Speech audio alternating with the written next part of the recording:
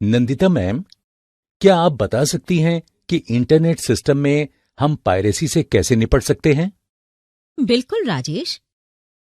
अगर हम चाहते हैं कि कोई घुसपैठिया हमारे निजी कंप्यूटर का डेटा चोरी ना करने पाए, तो सबसे पहले हमें ये देखना होगा कि कोई वहां तक पहुंच ना पाए। और हम ये कैसे कर सकते हैं मैम? ऐसा करने के लिए ये जानना जरूरी है कि इंटरनेट एक्सप्लोरर के लिए किस तरह के खतरे हैं। कौन कौन से खतरे हैं मैम? ठीक है, मैं तुम्हें ऐसे कई खतरों के बारे में बताती हूँ जो हमारे व्यक्तिगत सिस्टम को नुकसान पहुंचा सकते हैं। इसको शुरू से समझने के लिए पहले साइबर हमलों के बारे में जानते हैं। साइबर हमलावर नेटवर्क की कमजोरियों का फायदा उठाने के लिए लगातार कोशिश करते रहते हैं। नेटवर्क पर हमला करने के लिए वो नए मैलिशियस प्रोग्राम्स बनाते हैं जो इंटरनेट सेवाओं में रुकावट डालने के लिए ही बनाए जाते हैं। इन हमलों का मकसद डेटा बर्बाद करना, चोरी करना, निष्क्रिय करना, छेड़छाड़ करना, बेनकाब करना, बिना अनुमति के प्रवेश करना या इसका इस्तेमाल करना है। इस तरह के हमले इंटरनेट के लिए खतरा हैं और इससे डेटा की गोपनीयता खत्म होने का डर लगा रहता है।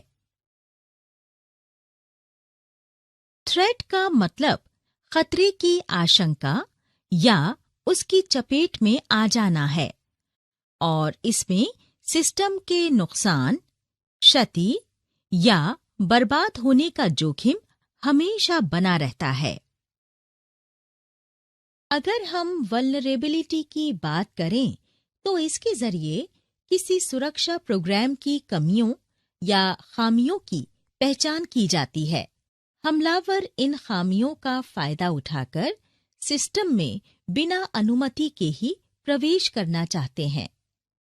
इन साइबर हमलों में ज्यादातर का मकसद गोपनीयता, अखंडता या उपलब्धता को नुकसान पहुंचाना है, क्योंकि ये तीनों सुरक्षा के मुख्य स्तंभ हैं, जिन्हें हम CIA ट्राइड कहते हैं।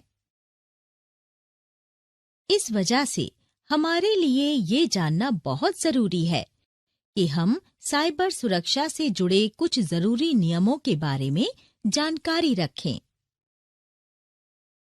नंदिता मैम, ये साइबर हमलावर नेटवर्क को मैलिशियस कामों के लिए क्यों बर्बाद करते हैं? क्योंकि उन्हें लगता है ऐसा करके वो पैसा कमा सकते हैं। ओह, तो फिर हम इन खतरों से कैसे बच सकते हैं? ये जानने के लिए हमारा उन तरीकों के बारे में जानना जरूरी है जिनके जरिए घुसपैठिए हमारे सिस्टम में घुस जाते हैं। मैं तुम्हें कुछ तरीकों के बारे में बताती हूँ जिनसे तुम बच के रहना। सबसे पहले तुम्हें ईमेल के जरिए मिलने वाले खतरे के बारे में बताती हूँ। क्या ईमेल भेजने या प्राप्त करने से भी हमारा सिस्टम खराब हो सकता है मैम? हाँ राजेश, इसकी पूरी आशंका है। उनमें से कुछ ये रहे। जब ईमेल की बात आती है तो सबसे ज्यादा खतरा स्पैम मेल्स के जरिए आता है। कई एजेंसियां स्पैम मेल्स बनाती हैं और काफी बड़ी संख्या में उपयोगकर्ताओं को भेज देती हैं। अगर हम भेजे गए और मिलने वाले ईमेल्स की गिनती करें तो ईमेल ट्रैफिक का 70% से ज्यादा ईमेल जंक या स्पैम में होता है और इन्हें सेंधमारी करने वाली एजेंसियां भेजती हैं। स्पैम मेल्स की ज्यादातर ईमेल्स धोखाधड़ी करने के लिए भेजी जाती हैं। इनका मकसद किसी नेटवर्क में आए बेकसूर उपयोगकर्ता को फंसाना है। उनका सिर्फ एक ही मकसद है, धोखे से तुम्हारा निजी डेटा और जानकारी चोरी करना। तुम जानते होंगे, ईमेल भेजने या प्राप्त करने में कोई खर्च नहीं लगता है। इसी वजह से किसी की निजी जानकारी हासिल करने के लिए साइबर अपराधी इस माध्यम का खूब इस्तेमाल करते हैं। ईमेल्स में बहुत ज्यादा तकनीकी भी शामिल नहीं है और साइबर अपराधियों के लिए इसमें जोखिम भी कम है। इसीलिए साइबर अपराधी इसका फायदा उठा सकते हैं और लापरवाह उपयोगकर्ताओं को ईमेल्स भेजते रहते हैं। नेटवर्क और इसके उपयोगकर्ताओं से छेड़छाड़ के लिए धोखाधड़ी वाली एजेंसियां लुभाने वाले ईमेल्स बनाती हैं। ये ईमेल्स ऐसे लोगों को नकली मौके देती हैं जो इन एजेंसियों के बारे में शायद ही जानते हों। ये फर्जी ईमेल्स काफी बड़ी संख्या में उपयोगकर्ताओं तक पहुंचती हैं और इससे काफी फायदा होता है क्योंकि कई उपयोगकर्ता जिज्ञासा में इन ईमेल्स और इनके अटैचमेंट्स पर क्लिक कर देते हैं। इस तरह वे धोखाधड़ी के शिकार हो जाते हैं। आमतौर पर स्पैम मेल्स ऑनलाइन दोस्त बनाकर उनसे धोखाधड़ी करने के लिए बनाई जाती हैं। ये एक तैयार किए हुए असली वजह के लिए होती हैं, जैसे विदेश में रह रहे एक दोस्त को किराया देने या दूसरे बिल चुकाने के लिए पैसों की तुरंत जरूरत है। बेकसूर उपयोगकर्ता अक्सर इन ईमेल्स के झांसे में आ जाते हैं, बिना ये जाने कि ये एक धोखाधड़ी वाली एजेंसियों ने बनाया है। तो शुरुआती कामयाबी मिलने के बाद इस तरह की एजेंसियां और भी स्पैम मेल्स बनाकर बड़ी संख्या में उपयोगकर्ताओं को भेजने लगती हैं। वो ज्यादातर ऐसी ईमेल्स भेजती हैं जिनमें किसी के इलाज का बिल चुकाने या किसी अनजान लॉटरी ड्रॉ में बड़ी रकम जीतने या फिर किसी ईमेल सेवा प्रदाता ने अचानक से आपको बड़े विजेता के रूप में घोषित कर दिया है। इस तरह की बातें आपको ईमेल द्वारा कही जाती हैं। अच्छा, वो इतने फ्रॉड और खतरनाक हो सकते हैं? मुझे तो इस बारे में इतना पता ही नहीं था मैम। पर अब तो तुम्हें पता चल गया है ना राजेश। तो अनजान एजेंसियों का ईमेल खोलने से पहले सावधान रहना। आगे से मैं ये जरूर करूंगा मैम। तो क्या नेट इस्तेमाल करते समय अन्य दूसरे खतरे भी होते हैं मैम? हाँ राजेश, और भी हैं। मैं तुम्हें सोशल इंजीनियरिंग के बारे में बताती हूँ। सोशल इंजीनियरिंग, ये क्या होता है मैम? सोशल इंजीनियरिंग हमें कई संगठनों या समाज से जोड़ती है, पर उनमें से कुछ हमें एक बनावटी संकल्पना या प्रोग्राम के जरिए धोखा देने की कोशिश करेंगे। ये जरूरत के वक्त हमारी मदद करने की बात करते हैं। पर वो इंटरनेट पर ऐसा कैसे कर लेते हैं मैम? इसके कई तरीके हैं राजेश। मैं तुम्हें एक उदाहरण के जरिए समझाती हूँ। एक इंसान के तौर पर हमें एक दूसरे पर विश्वास करना सिखाया गया है, पर अपने फायदे के लिए कई लोग गलत इरादों से इस भरोसे को तोड़ देते हैं। इसी तरह इंटरनेट पर ऐसे उपयोगकर्ता भी हैं जो दूसरों को धोखा देने या उनकी जानकारी चोरी करने के लिए उस नेटवर्क का गलत इस्तेमाल करते हैं। इससे उन्हें काफी फायदा मिलता है। इसे ही सोशल इंजीनियरिंग कहते हैं। ये घुसपैठिए नेटवर्क से फायदा उठाने के लिए ऐसे प्रोग्राम्स बनाते हैं जो बेकसूर उपयोगकर्ता की पहचान कर निजी जानकारी उनके साथ साझा करने के लिए फंसा सके। एक बार उन्हें जानकारी मिल गई, फिर वो इसके जरिए उस इंसान से हेराफेरी करते हैं। उदाहरण के तौर पर किसी को एक फर्जी संगठन से शानदार नौकरी के लिए एक ईमेल आया। हम में से कई लोग इस पेशकश पर यकीन कर लेंगे और जैसे जैसे ईमेल्स आती जाएंगी, वो ऐसे संगठनों से मांगी गई जानकारी उन्हें देते रहेंगे और अंत में ये होगा कि हम किसी अनजान संगठन को अपनी पूरी निजी जानकारी दे देते हैं और वो इसका फायदा उठाने लगते हैं, पर नौकरी की पेशकश के जरिए वो अपना असली मकसद छिपाए रहते हैं। तो तुम समझे हमारी तरफ से क्या खतरा है? हाँ, ये तो सच में बहुत खतरनाक स्थिति है। हम कई कामों के लिए इंटरनेट का इस्तेमाल करते हैं, कई एजेंसियों से पेशकश या ईमेल्स आती रहती हैं, तो हमें इस तरह की गतिविधियों से बहुत सतर्क रहने की जरूरत है मैम। सही कहा राजेश। इंटरनेट के जरिए हमारे व्यक्तिगत सिस्टम में घुसपैठ के कई तरीके हैं जिनका वो इस्तेमाल करते हैं। सच में? तो किसी नेटवर्क का इस्तेमाल करते वक्त सबसे कमजोर कड़ियां कौन सी हैं जिन पर हमला हो सकता है मैम? ठीक है राजेश, मैं तुम्हें कई थ्रेट्स के बारे में बताती हूँ।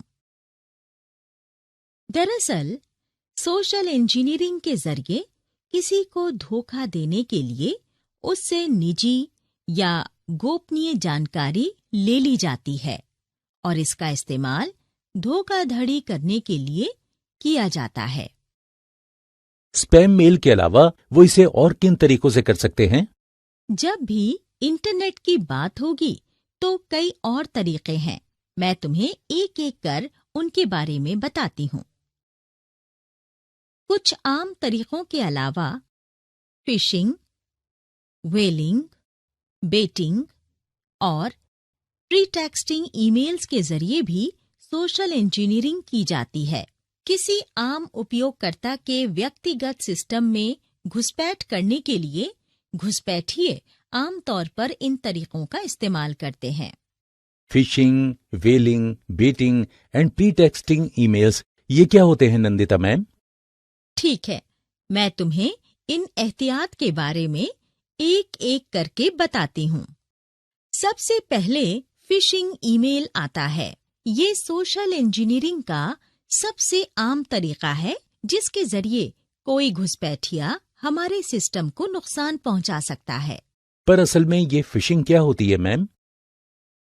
फिशिंग ईमेल्स ऐसी ईमेल्स होती हैं जिनके जरिए संवेदनशील जानकारी हासिल की जाती है, जैसे यूजर नेम्स, पासवर्ड्स और क्रेडिट कार्ड के विवरण। इनके जरिए तुम्हारे बैंक खाते से पैसे निकाल लिए जाते हैं। मैलिशियस लोग इन फिशिंग ईमेल्स को भेजते हैं और किसी ऐसे इंसान के रूप में अपनी पहचान कराएंगे जिन पर तुम यकीन कर सको। उदाहरण के तौर पर तुम्हें एक ऐसी ईमेल मिलती है जिसमें तुम्हें किसी एजेंसी का लॉटरी विनर बताया गया है। कोई भी मासूम उपयोगकर्ता ये जानने के लिए कि उसने क्या जीता है, इन फिशिंग मेल को देखने लगेगा। जैसे ही वो ईमेल खोलेगा, ये एजेंसियां तुम्हारे सिस्टम में घुसने के लिए एक प्रोग्राम भेजेंगी जिससे वो तुम्हारी जरूरी जानकारी चोरी कर सकें। ये एक बहुत ही आम तरीका है और लोग इसमें फंस जाते हैं। ओह, ये तो बहुत खतरनाक है नंदिता मैम। पर मेरी समझ में ये नहीं आया कि इसे फिशिंग क्यों कहते हैं।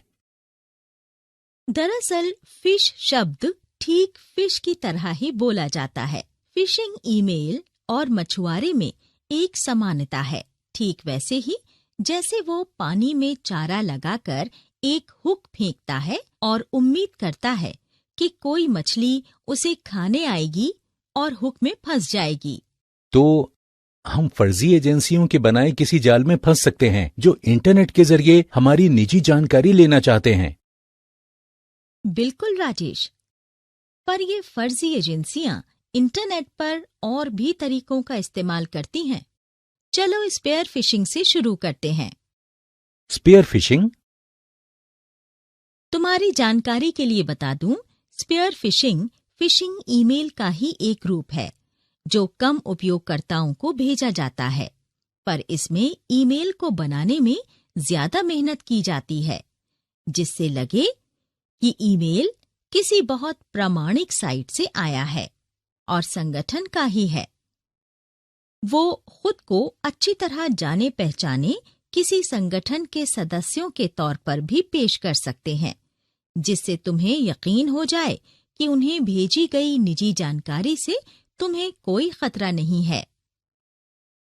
इन स्पेयर फिशिंग के हमलावर किसी ऐसे इंसान को संदेश भेजते हैं जो उन्हें अपनी निजी जानकारी देने के लिए तैयार हो जाए। उदाहरण के लिए, एक मछुआरे को ही ले लो, जो पानी में चारे वाला हुक फेंकने के बजाय उससे एक खास मछली को पकड़ना चाहता है। हमलावर भी सोशल मीडिया से जुटाई गई जानकारी का इस्तेमाल कर अपना शिकार चुनने में काफी मेहनत करते हैं और ईमेल्स प्रामाणिक लगें इसके लिए नकली या धोखे वाले एड्रेसेस का इस्तेमाल करते हैं। राजेश, ये याद रखना, यहाँ तक कि ईमेल भेजने वाला पूरी तरह पेशेवर और किसी प्रतिष्ठित संगठन से जुड़ा हुआ लग सकता है, पर वो भी फर्जी हो सकते हैं। ये तो बहुत ही खतरनाक है मैम। वो किन और तरीकों से हमें नुकसान पहुंचा सकते हैं? इस तरह के लोगों को समझने के लिए तुम्हें पहले वेलिंग और बेटिंग के बारे में जानना होगा। वेलिंग एंड बेटिंग, क्या ये दोनों भी फिशिंग की ही तरह काम करते हैं मैम? बिल्कुल राजेश, मैं तुम्हें वेलिंग और बेटिंग के बारे में और जानकारी देती हूँ। बेशक दुनिया भर में कई संगठनों के ईमेल सेवा प्रदाता का इस्तेमाल किया जाता है, पर कई लोगों को विश्वसनीय साइट से भी फर्जी ईमेल्स आती हैं, जिसके जरिए उनके व्यक्तिगत सिस्टम पर वायरस हमला किया जाता है या उनके कीमती डेटा की चोरी की जाती है। इसलिए साइबर स्पेस में वेलिंग और बेटिंग के बारे में जानना जरूरी है। अब बात करते हैं वेलिंग और बेटिंग की। ये क्या होते हैं मैम? अगर वेलिंग की बात करें तो ये उन फिशिंग ईमेल्स पर लागू होता है जो किसी संगठन के वरिष्ठ अधिकारी को भेजी जाती हैं, जिनके मातहत कई लोग काम करते हैं। इस तरह से एक घुसपैठिया किसी संगठन की जरूरी जानकारी हासिल कर लेता है और समझ जाता है कि अपने फायदे के लिए संगठन से कैसे छेड़छाड़ की जा सकती है। इसके बाद बेटिंग है। बेटिंग एक दूसरा तरीका है जिसके जरिए हमलावर किसी इंसान या संगठन को फंसाने के लिए वस्तु या सामान देने का वादा करता है। वो उपयोगकर्ता को मुफ्त में संगीत या फिल्म डाउनलोड करने का प्रस्ताव दे सकता है, पर इससे पहले आपको कुछ साइट पर अपना लॉगिन विवरण देने के लिए कहेगा। इन विवरणों के जरिए बाद में धोखाधड़ी की जाती है। कुछ ऐसे मामले मिले हैं जहां इस तरह के लोग अक्सर आने जाने वाले रास्तों पर पेन ड्राइव फेंक देते हैं। कुछ मासूम लोग इन्हें उठा लेते हैं और इनमें संग्रहीत एप्लीकेशन को अपने सिस्टम में चलाना चाहते हैं। पर अक्सर इस तरह के उपकरणों में मैलिशियस सॉफ्टवेयर रहते हैं, जिनका मकसद व्यक्तिगत सिस्टम में घुसकर डेटा चोरी करना होता है। हमने कई बार देखा है कि किसी पेट्रोल पंप या दूसरे सामाजिक केंद्रों पर पेन ड्राइव मुफ्त में बांटी जाती हैं, जिनमें बांटने वाली कंपनी के विज्ञापन भरे होते हैं।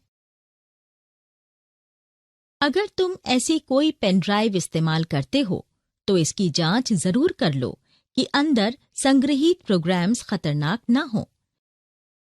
इनका मकसद नेट पर किसी के निजी डेटा में सेंध लगाना है। ज्यादातर मामलों में इनमें मैलिशियस चीजें होती हैं जो हमारे कंप्यूटर को खराब कर देती हैं।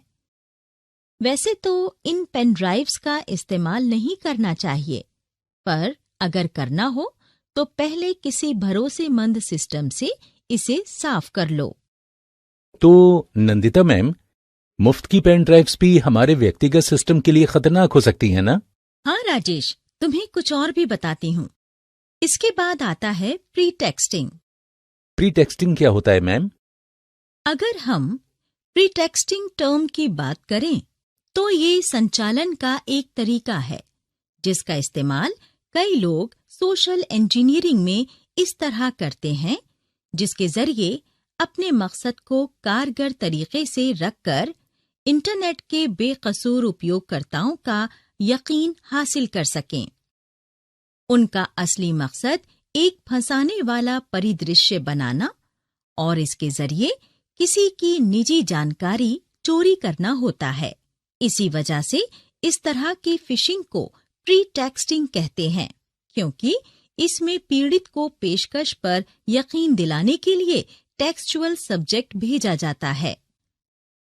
इस तरह के हमलावर ये दिखावा करते हैं कि उन्हें अपनी पहचान जाहिर करने के लिए पीड़ित से सिर्फ थोड़ी सी जानकारी चाहिए। जैसे ज्यादातर साइबर अपराधी पहले खुद को एक पेशेवर बताते हैं जो कुछ खास सॉफ्टवेयर में विशेषज्ञ हैं, पर इस पर यकीन नहीं कर लेना चाहिए। उनमें से कई फर्जी होते हैं जो सिर्फ तुम्हारी निजी जानकारी में घुसपैठ करना चाहते हैं। ये लोग समाचारों में आने वाले उन मामलों की तरह काम करते हैं जहां कुछ एजेंसियां मासूम लड़कियों को मॉडलिंग करने के लिए बुलाती हैं और फिर उनकी तस्वीरों को गलत कामों में इस्तेमाल करती हैं। इसके लिए पहले वो लड़की के बारे में फर्जी कहानियां बनाते हैं और फिर उसे बाजार में बेच देते हैं। इससे उन बेकसूर लड़कियों की बहुत बदनामी होती है जो मॉडलिंग करने के लिए सपने देखती हैं, पर बदले में उन्हें कुछ और ही मिलता है। अच्छा, साइबर स्पेस में तो बहुत अपराध होता है। क्या कुछ और भी है नंदिता मैम? हाँ राजेश, क्या तुम ईमेल स्पूफिंग के बारे में जानते हो? ये क्या होता है मैम? स्पूफिंग, तुम अगर जानते हो तो स्पूफिंग एक तकनीक है जिसका इस्तेमाल साइबर अपराधी एक बेकसूर इंसान को जाल में फंसाने के लिए करते हैं। वो ऐसा कैसे कर लेते हैं नंदिता मैम? ईमेल स्पूफिंग एक खास तकनीक है जिसका इस्तेमाल ज्यादातर साइबर अपराधी किसी इंसान को ऐसी ईमेल भेजने में करते हैं जो जाली दस्तावेजों के जरिए किसी संगठन से उनके प्रमाणीकरण की पुष्टि करती है। ये लोग ईमेल्स के लिए कोर प्रोटोकॉल की खामियों का फायदा उठाते हैं। वे नेटवर्क की कमजोर कड़ियों को खोजते हैं और फिर फर्जी ईमेल्स बनाकर उनकी साइट्स के निजी खाते में बल्क संदेश भेजकर उन्हें फंसाना चाहते हैं। कई उपयोगकर्ता जो इंटरनेट का ज्यादा इस्तेमाल नहीं करते, इनके झांसे में आ जाते हैं और इनके धोखे का आसान शिकार बन जाते हैं और अंत में अपनी कीमती जानकारी गंवा देते हैं। कभी-कभी वो ऐसे एड्रेस से भेजेंगे जो आपको जाना पहचाना लगेगा, पर तुम्हारे जाने पहचाने ईमेल से इस तरह के प्रस्ताव नहीं आ सकते। तो जब भी तुम्हें इस तरह के स्पूफ ईमेल्स मिलें, सतर्क रहना। ये तो बहुत ही बुरा है नंदिता मैम कि कुछ लोग बेकसूर लोगों की निजी जानकारी में सेंध लगाने के लिए इतना सारा जोखिम उठा सकते हैं मैम। ये तो इनके खेल का एक नमूना है राजेश। और भी चीजें हैं। मैलिशियस कोड्स और मॉलवेयर थ्रेट्स के बारे में जानते हो? मैलिशियस कोड्स और मालवेयर थ्रेट्स ये क्या होते हैं मैम? इन खतरों के बारे में जानने के बाद अपनी निजी जानकारी को बचाने के लिए तुम्हें इन खतरों के बारे में जानना होगा। इसके लिए तुम्हें मैलिशियस कोड्स और मालवेयर थ्रेट्स के बारे में जानना होगा जो तुम्हारे व्यक्तिगत सिस्टम को तबाह करने की कोशिश कर सकता है। इसके लिए तुम्हें मैलिशियस कोड्स और मालवेयर थ्रेट्स के बारे में जानना होगा जो तुम्हारे व्यक्तिगत सिस्टम को तबाह करने की कोशिश कर सकता है। मैलिशियस का मतलब है कोई ऐसा जो हर तरीके से किसी दूसरे को नुकसान पहुंचाना चाहता है। इसी तरह कुछ लोग इंटरनेट में मालवेयर सिस्टम्स को खराब करने या बर्बाद करने के लिए बनाए जाते हैं। ये मालवेयर्स इस तरह भी बनाए जाते हैं जो अपने भी कंप्यूटर सिस्टम में प्रवेश के लिए अधिकृत होते हैं। ये घुसपैठिए ऐसे प्रोग्राम्स बनाते हैं जो बड़ी संख्या में उन सिस्टम्स में घुसपैठ की कोशिश करते हैं जिन्हें आम लोग इस्तेमाल करते हैं, जिसके जरिए वो मालवेयर को फैला सकें या एक ऐसा प्रोग्राम बना दें हमें जिसकी जरूरत ना हो। घुसपैठिए जिन मालवेयर को बनाते हैं वो किसी प्रोग्राम से जुड़कर या मैक्रोस के जरिए कंप्यूटर को नुकसान पहुंचाते हैं। इस तरह के मालवेयर बड़ी आसानी से किसी भी संचालन प्रणाली या जिसे ओएस भी कहा जाता है उसमें इंस्टॉल हो जाते हैं। कोई घुसपैठिया नेटवर्क में मौजूद किसी उपकरण या ब्राउजर और एक सॉफ्टवेयर के जरिए ये पता लगाता है कि तुम कौन सी साइट्स का अक्सर इस्तेमाल करते हो और तुम्हारे सिस्टम में वो घुसपैठ कर सकता है। ज्यादातर इंटरनेट उपयोगकर्ता अनजाने में कुछ ऐसी साइट्स पर क्लिक कर देते हैं जो उन्हें फायदेमंद गिफ्ट्स वाली किसी साइट पर क्लिक करने के लिए कहती हैं और इन साइट्स के जरिए धोखाधड़ी की जाती है। इसलिए किसी भी साइट पर क्लिक करते वक्त सतर्क रहें। आपने बहुत जरूरी जानकारी दी है नंदिता मैम, पर मेरी समझ में ये नहीं आया कि इंटरनेट इस्तेमाल के दौरान इन खतरों को वर्गीकृत कैसे कर सकते हैं। ठीक है, मैं तुम्हें बताती हूँ कि नेटवर्क थ्रेट को कैसे वर्गीकृत कर सकते हैं।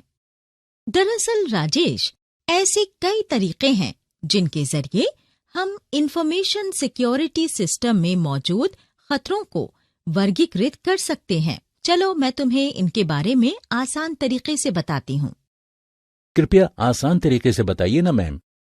आसान शब्दों में कहें तो इंफॉर्मेशन सिस्टम सिक्योरिटी में खतरों का वर्गीकरण कई चीजों पर आधारित होता है और थ्रेट्स का वर्गीकरण स्रोत के आंतरिक या बाहरी होने, एजेंट कौन है, उसका मकसद क्या है और हमले का क्या असर होगा, इसके मुताबिक होता है। वर्गीकरण करने के लिए हमें थ्रेट्स के प्रकार के मुताबिक एक खाता बनाना होगा। उसके बाद हमें एजेंसियों के मॉलवेयर वाले साइट्स को संदेश के जरिए सोशल मीडिया पर फैलाकर लोगों को जागरूक बनाना होगा। तो नंदिता मैम, इंटरनेट इस्तेमाल करते वक्त हमें कई चीजों की जानकारी होनी चाहिए। बिल्कुल राजेश, पर इसके सिवा कुछ और भी तरीके हैं जिनके जरिए घुसपैठिए हमें नुकसान पहुंचा सकते हैं। उनमें से कुछ ये हैं।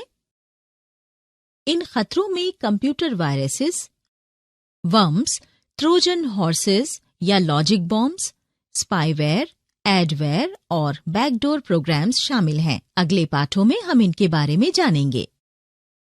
अब तक ली गई किसी जानकारी के लिए तस्वीर के ऊपर लगे बटन पर क्लिक करें।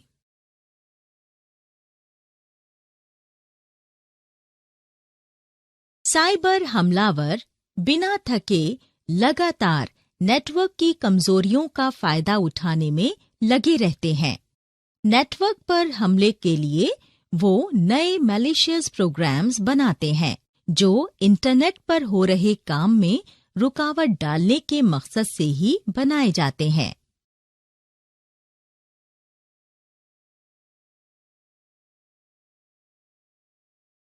स्पैम मेल्स कई एजेंसियां बनाती हैं और बड़ी संख्या में उपयोगकर्ताओं को भेज देती हैं।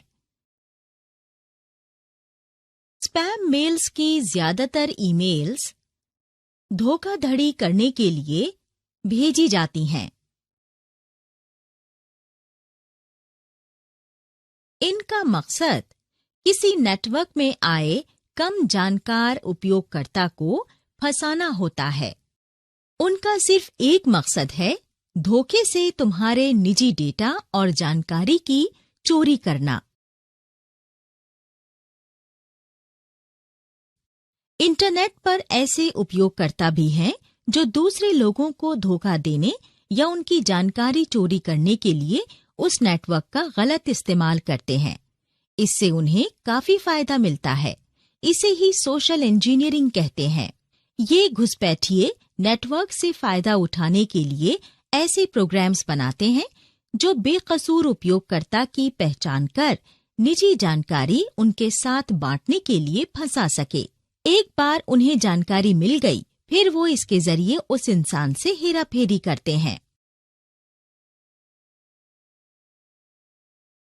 फिशिंग ईमेल ऐसी ईमेल्स होती हैं जिनके जरिए संवेदनशील जानकारी हासिल की जाती है, जैसे यूजर नेम्स, पासवर्ड्स और क्रेडिट कार्ड का विवरण। इनके जरिए तुम्हारे बैंक खाते से पैसे निकाल लिए जाते हैं।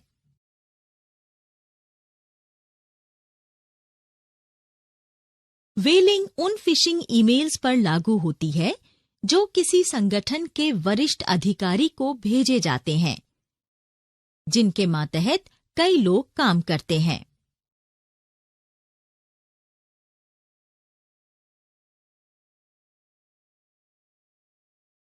स्पेयर फिशिंग फिशिंग ईमेल का ही एक रूप है जो कम उपयोगकर्ताओं को भेजा जाता है, पर इसमें ईमेल को बनाने में ज्यादा मेहनत की जाती है, जिससे लगे कि ईमेल किसी बहुत प्रामाणिक साइट से आया है और संगठन का ही है।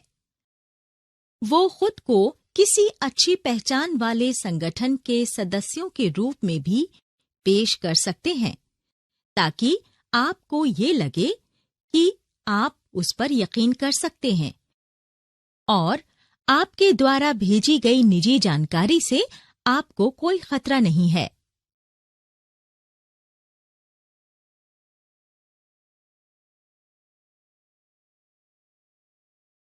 बेटिंग एक दूसरा तरीका है जिसके जरिए हमलावर किसी इंसान या संगठन को फंसाने के लिए वस्तु या सामान देने का वादा करता है।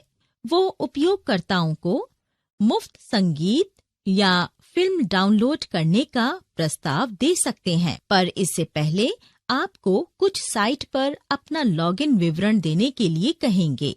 इन डिटेल्स के जरिए बाद में धोखाधड़ी की जाती है।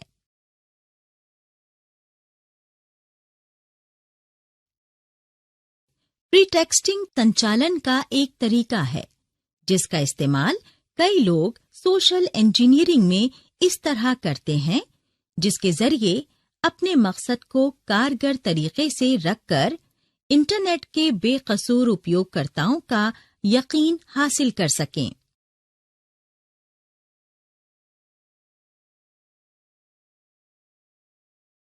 ईमेल स्पूफिंग एक खास तकनीक है जिसका इस्तेमाल ज्यादातर साइबर अपराधी किसी इंसान को ऐसी ईमेल भेजने में करते हैं जो जाली दस्तावेजों के माध्यम से किसी संगठन से उनके प्रामाणिकता की पुष्टि करती है।